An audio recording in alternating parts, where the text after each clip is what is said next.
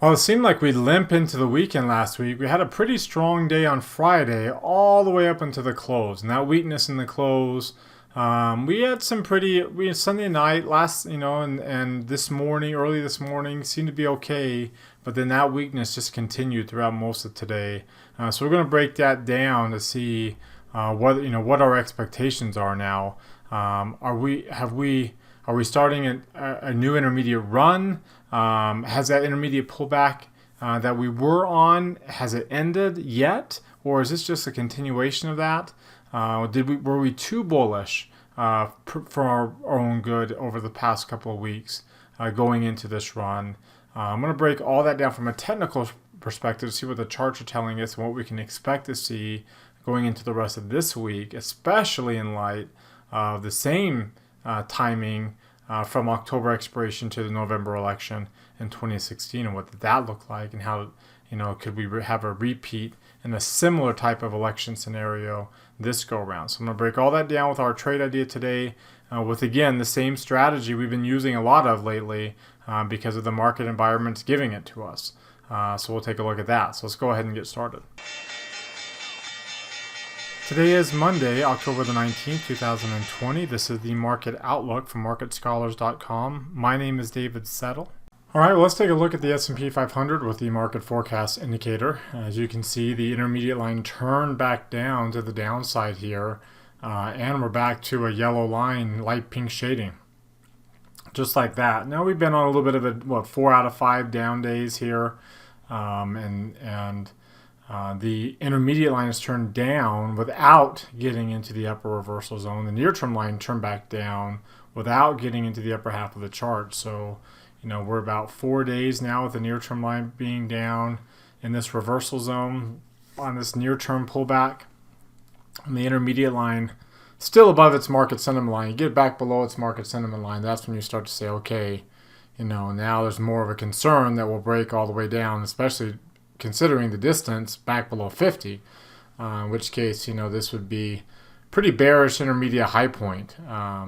We talked about before, we probably shouldn't have had this much of a run here. We've talked before about gamma exposure and talked about that in our options class, and a lot of that being incorporated into this type of rally that went probably a little too further along than it should have.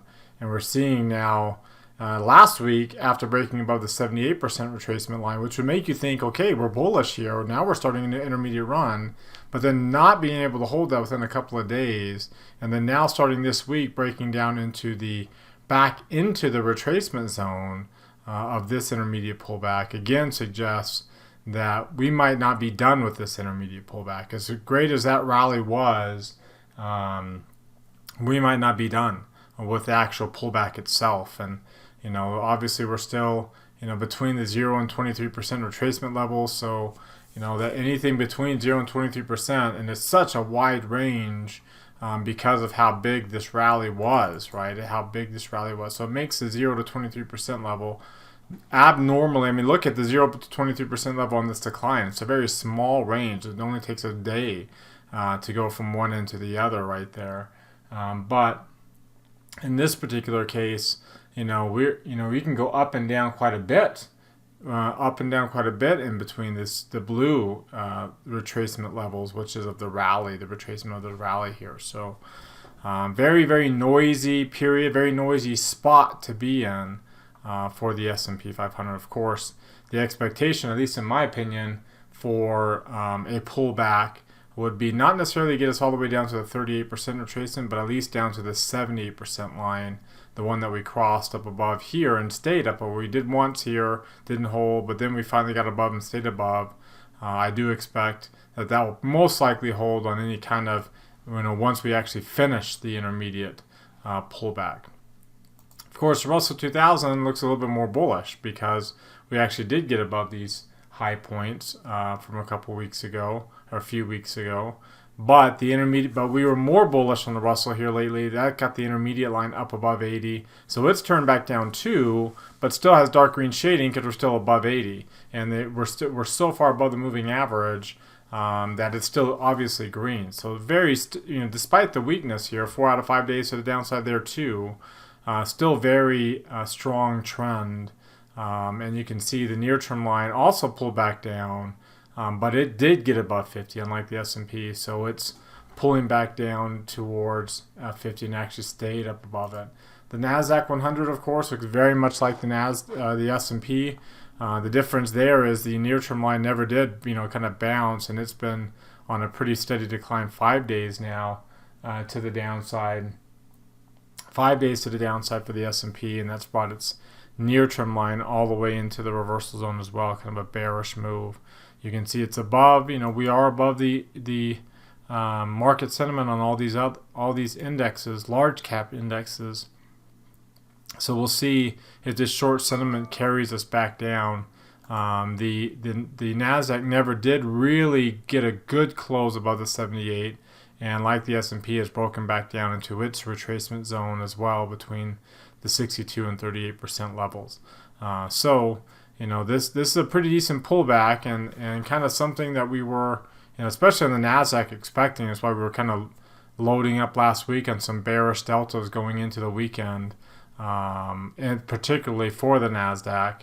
And we see it play out here today, and the question is whether that will continue to play out. And I think at least down to the moving average, down to the bottom of this retracement zone, before we really see whether or not we're going to turn this into more of a retracement, or this is just the extent of the weakness. I think we actually will turn it into more of a retracement eventually, but at least here in the short term, on this near term decline, I don't think we're going to be done until we get to the bottom end of these retracement zones, to the 38% level, which on most of these indexes is just slightly below the moving average. All right, before we look at some other charts, I invite you to subscribe to our YouTube channel. Mouse over this icon here in the bottom right corner of your screen. Hit the red subscribe button that pops out there. Also, there's one down below the video if you're watching us on YouTube. That notifies you when our videos are posted. Also, while you're down there, hit that thumbs up icon. That tells us two things: you liked our video today, and it's a way to let us know that you want us to do another video again tomorrow. Quick way to give us feedback. If you don't like our videos, of course, you don't have to click on anything. But if you do like our videos and you want to let us know, you can do it with one click right now while you're watching. Also, while you're down there, comment. What did you get out of the video today? What questions or comments do you have? What stood out to you? Post those in the comment section. Join our website at marketscholars.com. There's a link popping there in the top right corner of your screen. Click on that link to subscribe to our site for free. Follow me on Twitter for more content in between the videos from day to day. And join our Market Outlook Facebook group that we've created. All right, if you're watching us on our blog here on this video here, check out these things on the right, including our classes, as well as our Market Outlook Live. Every day I do the Market Outlook. I do a live video at 3:30 Eastern. We did it today before the market closed. We look at all the old trades. We just went through October expiration, so we looked at the trades that we still have for November expiration, plus a new trade for today. I already put on today's trade idea. You'll see in the end of this video before the market closed. So if you want access to that, if you want to review all of our old trade ideas, make sure you check that out. All of our monthly subscribers here, our plus subscribers, get access to that video as well as our trading rooms. Our premium subscribers get access to all those things too, in addition to access to our class forums, our community where all our custom content there, as well as our premium tools and charts that you see in these videos. Also, we invite you to come down here, click on this heart. It opens up this new window. Hit that like button right there. Also hit this thumbs up icon. It also takes you to a new window here. Hit that like button. Again, the more you do that, the more likely our content is to be seen by more than just 111 people out of over 1,000 plus that follow me, at least on Facebook here. So our content gets seen by all of our followers. The more engagements it has, the more likes and retweets and shares that it has. So we invite you to do that. It also benefits you too, because Twitter and Facebook will promote content in your timelines from the accounts that you engage with the most. We try to make it really easy for you to engage with us here. All right, now let's get back to the charts here and take a look at the 3 green arrow chart first. You notice we are back to having one red arrow and close to a second one, and obviously close to the third one on the S&P. So we'll see how that ends up turning out here. This is what it looks like on the 2-line version of that chart. We are flirting with the 17-day moving average. So MACD is rolling over below. It's close to crossing below its moving average. That's what gives you the red arrow on the other chart. The stochastics is obviously well below its moving average already. So, again, that's kind of the expectation that, if we either bounce off of this 17-day moving average or if we break down and stay down below it, then we'll continue this intermediate pullback. And that's actually kind of what I expect will happen. I mentioned to you before how high we already are, and it's hard to start these new intermediate rallies. And you can see we're already getting a transition candle here this week, and it's only Monday.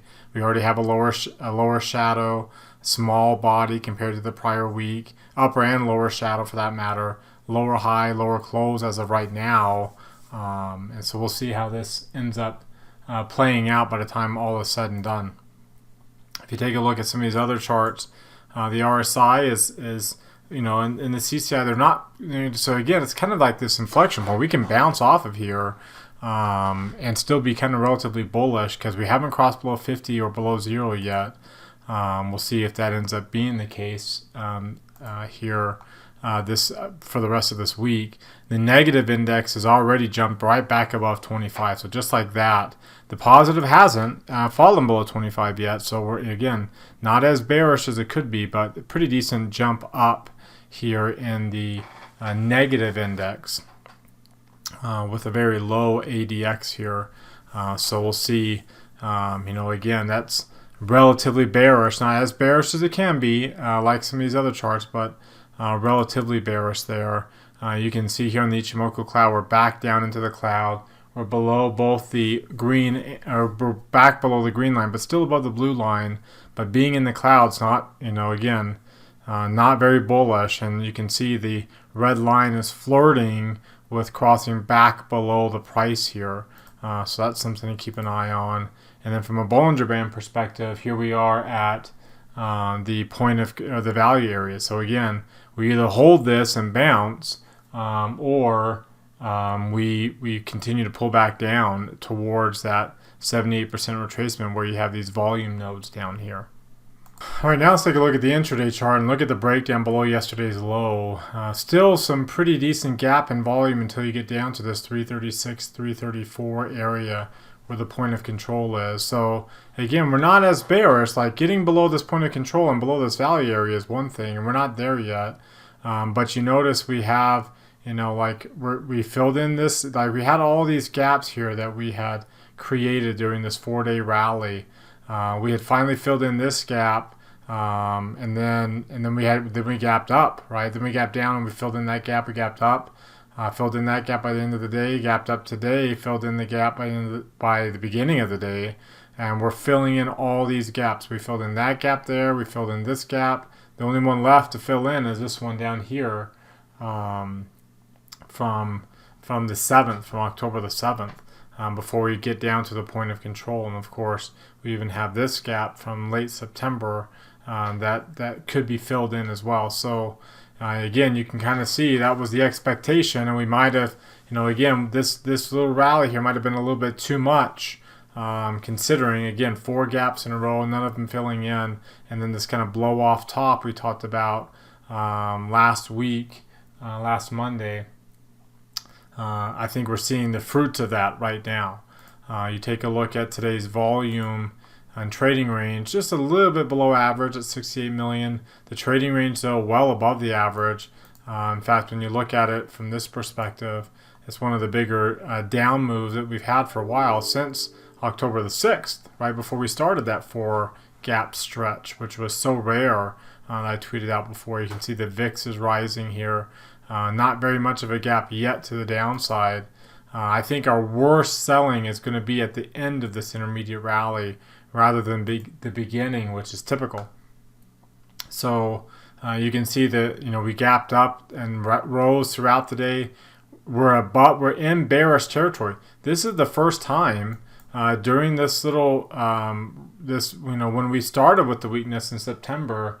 This is the first time here that we've been above the 95% mark, that we've closed above the 95% mark into this bearish territory. So that's pretty significant from a volatility standpoint. Again, we're gradually moving higher. I expect we'll gradually continue to move higher.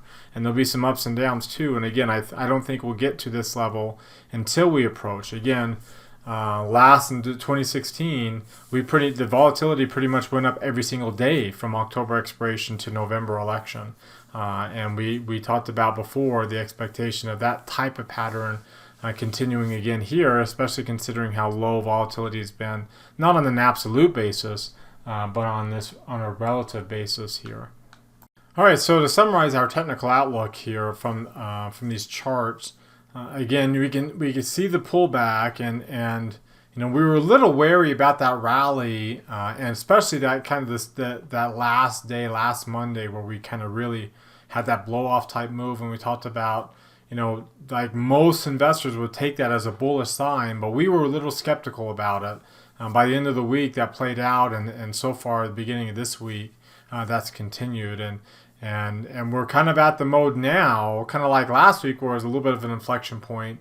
This Monday is a little bit of an inflection point too. We either bounce off of this, and we start a new near-term rally up to new near-term highs, and continue on, get back above that 78% Fibonacci retracement, or we continue to the bottom of that retracement zone I showed you, and these indicators go to lower levels, and we stay, and volatility stays relatively high, and we stay in this volatile period, at least for the next few weeks, until we get some kind of closure with this upcoming election season. So I actually think I'm expecting that latter scenario rather than the former. So what do you think? Do you agree with that? Do you disagree? Comment down below, especially if you disagree. If you're a lot more bullish, if you're a lot more bearish, either way, let me know why. What are you seeing? What indicators or charts you're looking at that tells you that? And let's share that with our community, our market scholars community, and viewers of this market outlook video on a daily basis. All right, now let's take a look at what's driving the price action today. Look at the reversal here in the Qs, the rally that they had, and even small caps too, and then this reversal, even more in the Qs than even the small cap index. You can see everything starting to pull back, real estate pulling back here, all of these, and great 3-month returns, but starting to pull back, and we saw that before when this whole thing started, a little bit of a parabolic move, and a mini parabolic move here that started this all. Let's take a look at just today alone. Let's just come down here to October. We'll look at just today's move. And you can see the Qs and real estate and the S&P and U.S. stocks all in general, all down significantly today. On the other end of the spectrum, you can see commodities and gold actually rallied because of weakness in the dollar. And so that's another factor here when you consider how the dollar is doing, especially in light of other currencies, particularly the euro. That's the biggest factor in the euro US dollar, and you can see the euro actually rallied off this 23% retracement level with a strong move today.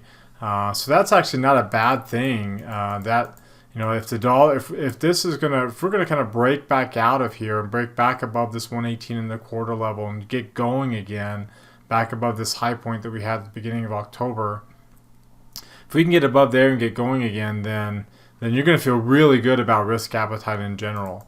Obviously, the strength in the dollar is going to have an impact on gold. You notice though that even with the weakness in the dollar, gold didn't really take off, and in fact, is still showing some weakness on its chart below a falling moving average. And commodities in general are unable to really get going. Had a decent day today, an up day, but unable to really get going here. Of course, you look at long-term bonds, and you can see, breaking below the 23% retracement level, this rally we looked at before, down below a falling moving average. The inverse of that, to a small extent, would be the 10-year yield, and you can see it's trying to get going. Had a really good bounce up in yields today. Really kind of needs to get going above, this little breakout level that we had, and really kind of get above this 1% mark, and then you're going to start seeing rising inflation expectations. If you look at over here, I mean, look at that big jump in inflation expectations over here on the right. So we're getting back to 1.9%.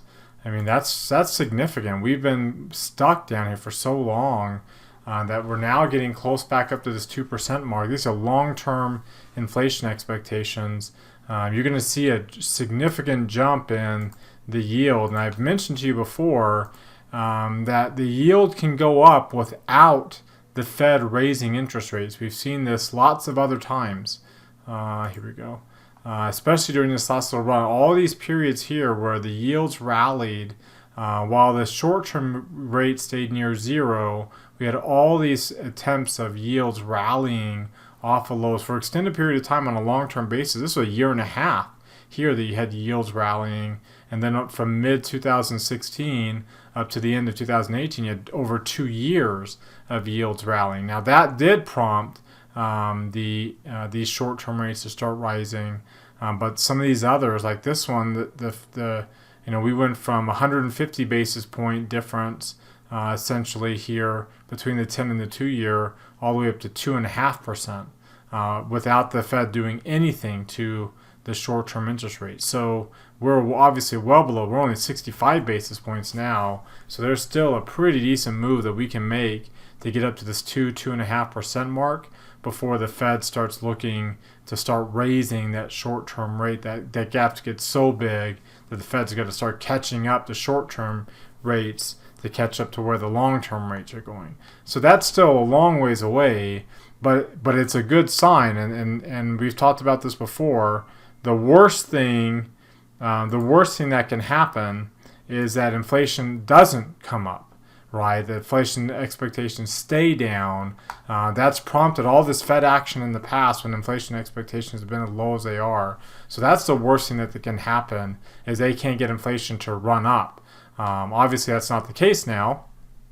As you can see here, here's the Fed's balance sheet, and you can see the big jump that we had in 2008, and again, a pretty decent sized jump we had now. And the Fed's balance sheet's rising just a little bit here from week to week, but we're not getting that significant jump. So the Fed's done their job. They are trying to boost inflation expectations from very, very low levels with this jump in the balance sheet, and they're not really we're not moving up to new highs here. We're just kind of maturing and rolling over assets. And you can see there are times where they will let the Fed balance sheet come down a little bit. We're not quite there to that extent yet.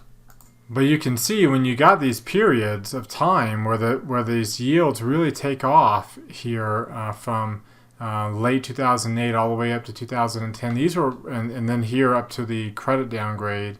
These are all really bullish periods for equity. So to get another period of time where these long-term rates start rising, even with flat short-term rates, that's typically pretty darn bullish for risk appetite.